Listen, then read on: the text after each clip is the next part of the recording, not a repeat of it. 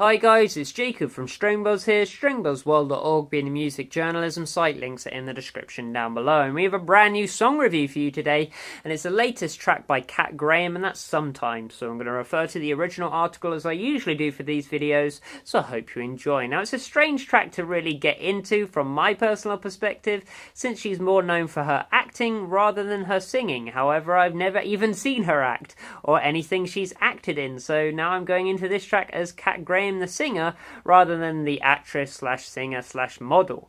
It's been done a million times at this point, this arts crossover of an actress trying to get into the music industry. You've seen it with Miley Cyrus, you've seen it with Selena Gomez, Bridget Mendler, and that's just to name a few off the top of my head. That's just to name the Disney lot off the top of my head. So shall we see how Kat compares in comparison to the rest of the competition around at the moment? Well, now this track has been made even more difficult to really comment on, because I personally think Kat is actually the worst part of this track. I like the backing track, I like the Janet Jackson influenced beat and instrumentals, I like the timbres and tones which were used, but Kat just doesn't sound so great on this song. I think that's down to bad melodies, a lack of harmonic development slash harmonies altogether, and perhaps it's just not really her style. Unfortunately, on a funk slash disco track like this especially, you have to either sound very, very unique and instantly recognizable, or you have to have a knockout voice so that you can actually stick in the foreground and push the instrumentation back and really rein it in.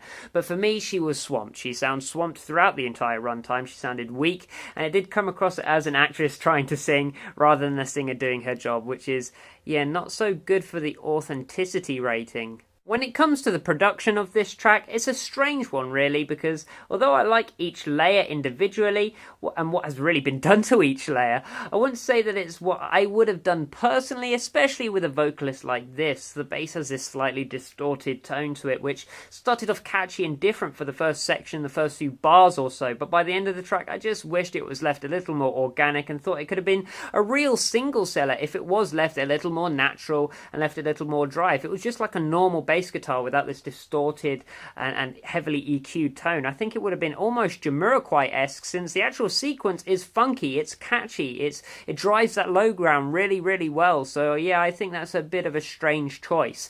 The guitars have your usual functional clean tone, and at times I did think they were a little bit too loud in the mix, which I don't usually say about funk guitars because I usually want them turned up, but I just felt they crowded Kat in the mid-ground, and it felt a little bit purposeful, and I didn't really enjoyed that aspect to it.